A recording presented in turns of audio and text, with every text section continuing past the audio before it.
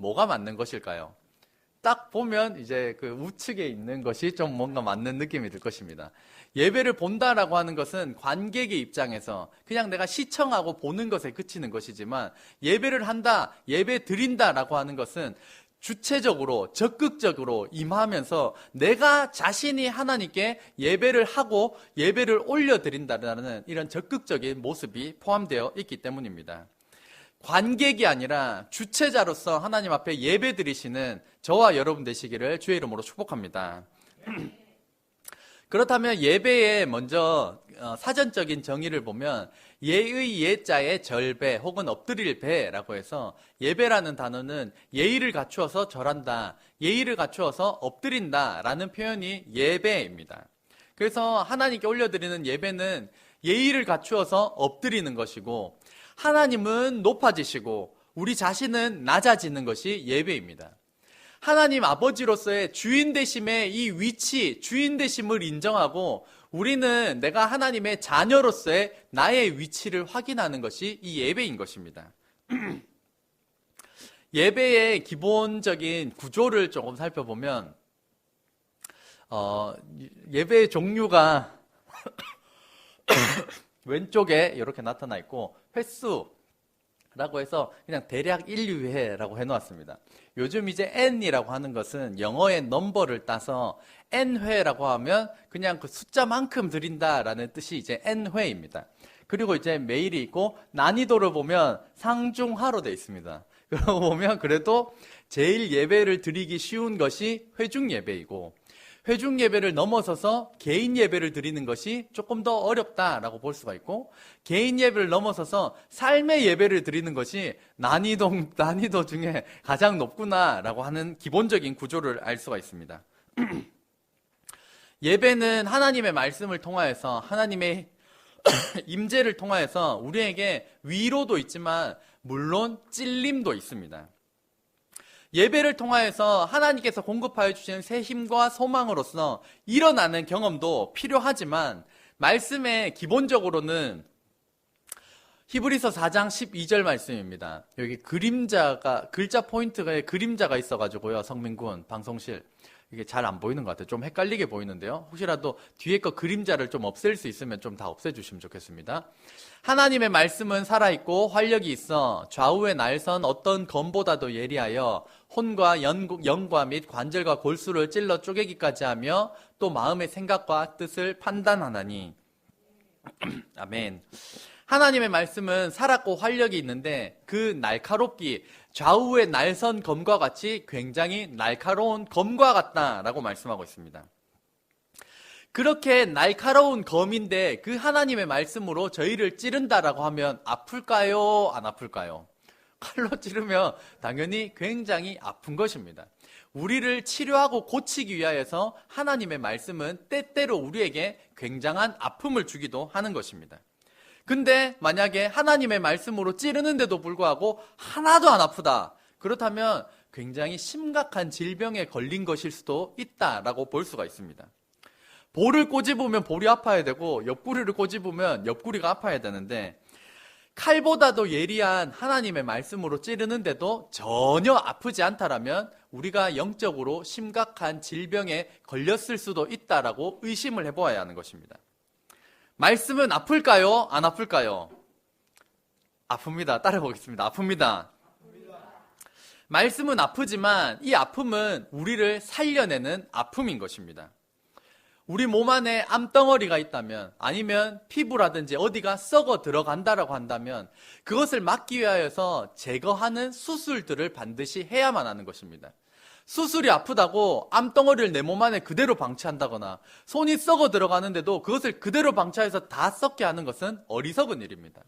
아프지만 잘라내는, 도려내는 그런 수술들이 반드시 있어야 하는 것처럼, 하나님의 말씀은 우리에게 항상 아픈 것은 아니지만 분명히 때때로 아픔을 통하여서 우리를 성장시키시고 고치시고 치료하신다는 점입니다. 성도님들이 상처받을까봐, 시험에 빠질까봐 아픈 마음 찌르는 말씀 다 빼고 듣기 좋은 설교만 하는 교회가 되지 않도록 기도해 주시기를 주의 이름으로 축복합니다. 그렇다고 말씀 전하는 우리 사역자가 에라이 나는 모르겠다 폭탄 받아라 막 이러는 식으로 전혀 배려하지 않고 그거를 가감없이 그냥 선포해서 상처를 주는 그러한 일들도 행하지 않도록 이 사역자들을 위해서 기도해 주시기를 부탁드립니다. 성경에는 하나님의 말씀을 듣고 마음이 찔린 두 가지 사례가 나옵니다.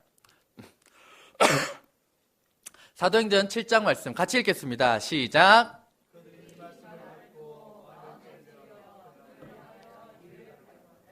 스데반 집사님께서 하나님의 말씀을 선포하였습니다. 그러자 마음에 찔림을 받았는데 이 찔림을 받은 사람들이 이를 갈았습니다. 이를 간다는 표현은 스데반 막 이런 느낌입니다.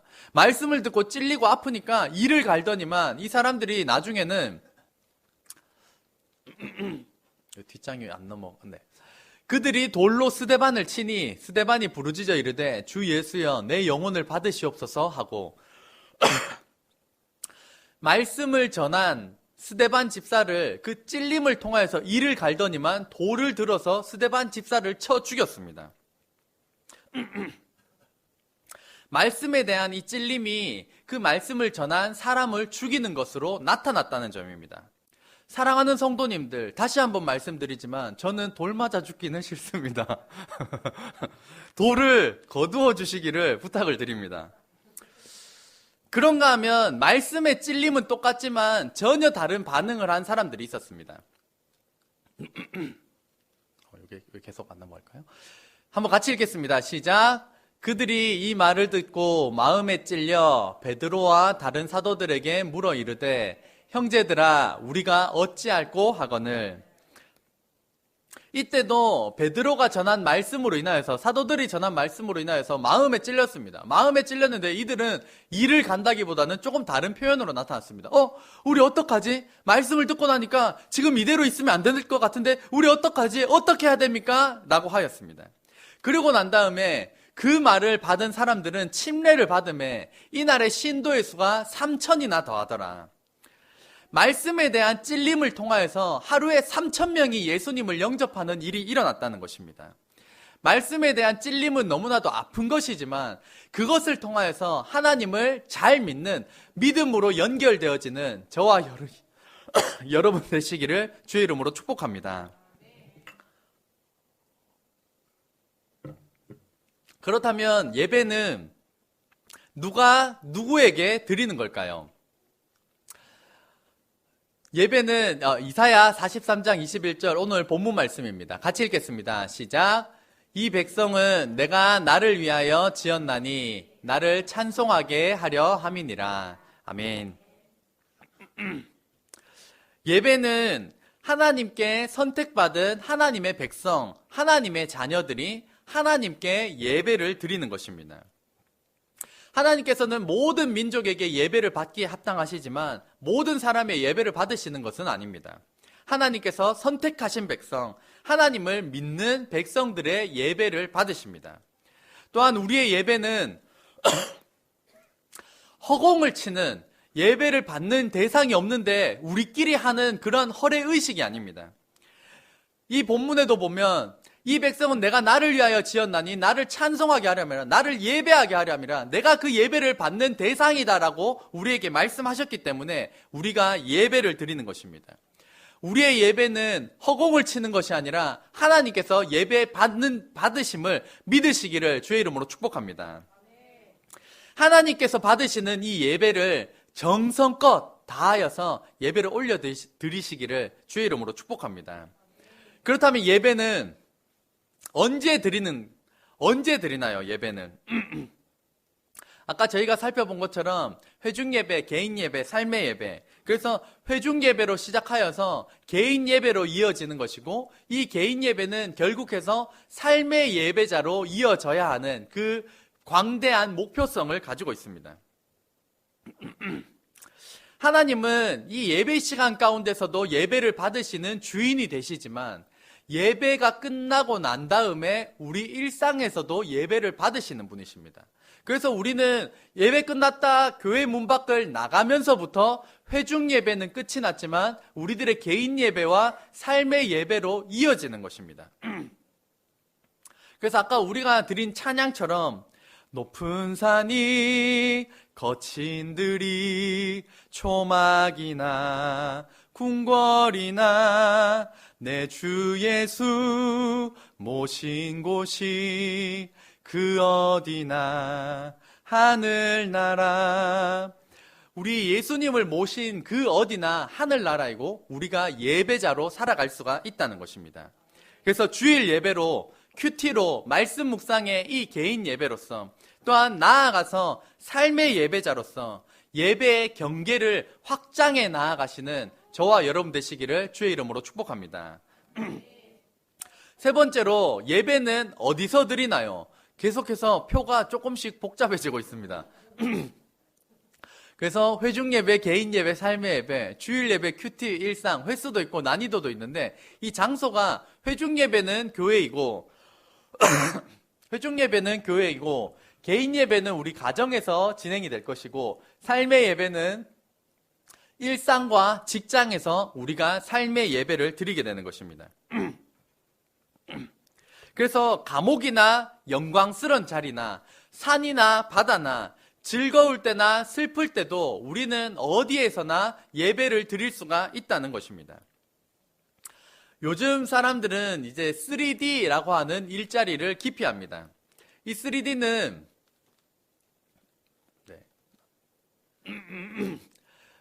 DDD자를 따서 dangerous 해서 위험하고, dirty 더러운 거고, difficult 어려운. 그래서 위험하고 더럽고 어려운 직업, 이 3D 업종의 일들을 요즘 사람들, 옛날에도 그랬겠지만 더더욱 기피하는 현상들이 일어나고 있습니다. 그래서 많은 경우는 외국인들로 대체되고 있습니다.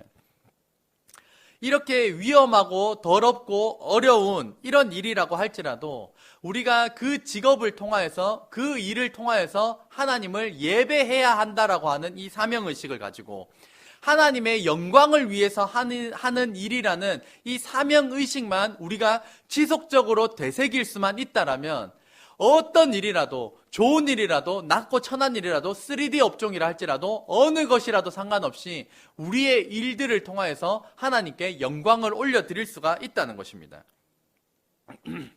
또한 우리의 가정에서도 예배자로 살아갈 수가 있습니다. 카일 아일들먼이라는 목사님의 팬인가 제자인가 라는 책에 제가 한 번쯤은 소개를 드렸었는데, 이 책에 보면 그리스도인들이 삶 가운데 이 가정 밖에서 열심히 자신의 십자가를 지고 살아간다는 것입니다. 화내는 것도 참고 희생과 헌신을 통하여서 내가 예수님을 따라가고 닮아가기 위하여서 하루 종일 십자가를 열심히 지고 살아가다가 집에만 오면 현관에다가 십자가를 턱 버려두고 난 다음에 십자가 없이 집에 가가지고 집에서 이제 그냥 이런 박살을 내는, 전혀 예수님께서 원하시는 그런 신앙생활이 아닌 안과 밖이 다른 그러한 신앙생활을 하는, 그것을 꼬집는 본문이 나옵니다. 우리는 교회 밖에서 우리의 일상 가운데서도 우리가 예배자로서 살아가는 것이지만, 우리가 그 십자가를 지고 평생을 살아갈 때에도 가정에서도 우리가 십자가를 져야 한다는 것입니다. 이렇게 핸드폰 벨소리가 열심히 울릴 때는 이렇게 자신의 핸드폰도 한번 점검해보는 시간으로 삼으시면 좋습니다. 아, 왜 저러시지 하고 제 거 보면 저도 이제 막 소리가 나더라고요. 그래서 이렇게 날 때는 그렇게 자기 것도 확인을 해주시면 좋겠습니다. 그래서 집 밖에서도 십자가를 지고 예배자로 살아내었다면 집에 들어올 때도 그 십자가를 지고 불편하지만 힘들지만 가정에서도 예배자로 살아내시기를 주의 이름으로 축복합니다. 큰 소리로 하면 합시다.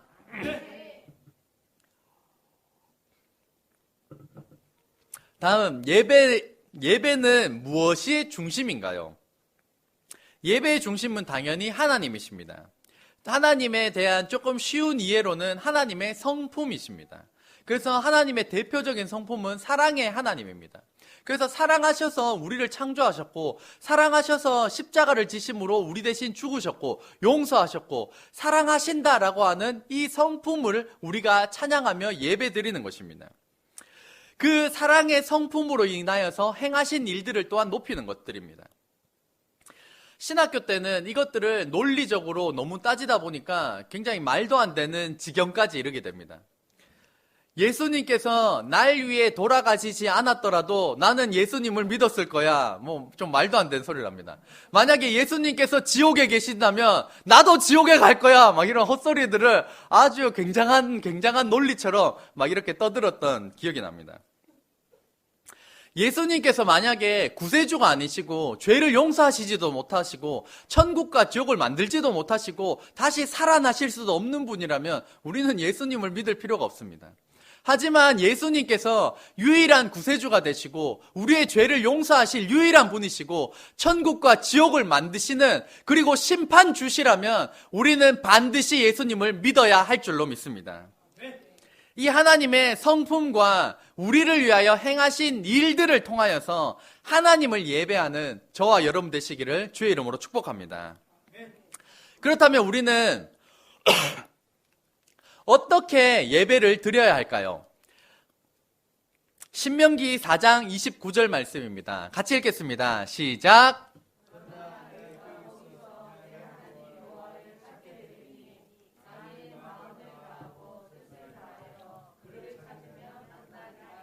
아멘.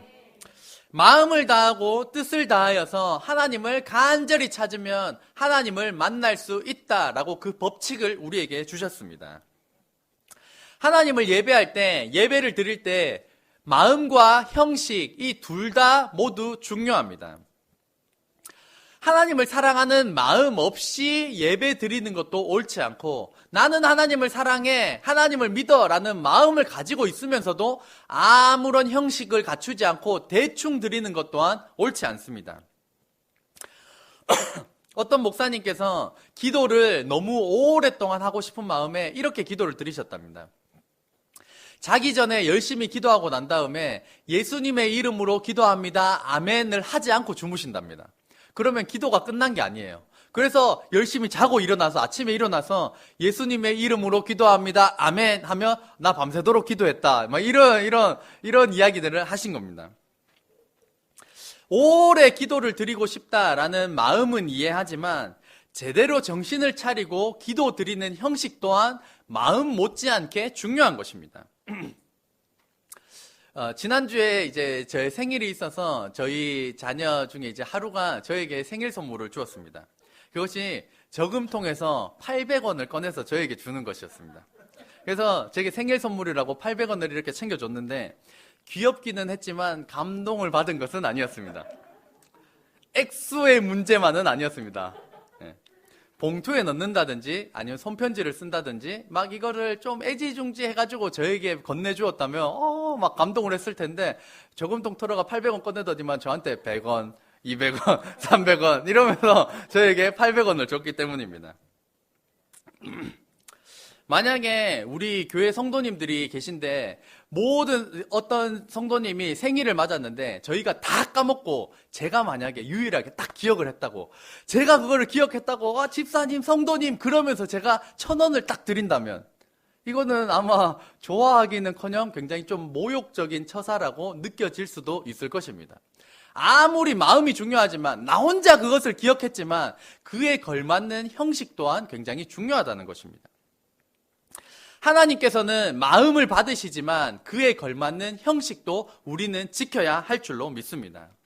하나님을 사랑하는 마음을 잃어버린 성도님들은 이 사랑하는 마음을 회복시켜달라고 기도하시고 하나님을 사랑하지만 형식이 중요하지 않다라고 형식을 많이 간과하신 분들은 마음 못지않게 형식을 갖추어서 하나님을 예배하는 예배자 되시기를 주의 이름으로 축복합니다. 두 번째로 예배 드릴 때는 가면을 벗어야 합니다. 사무엘상 1장 10절 말씀 같이 읽겠습니다. 시작.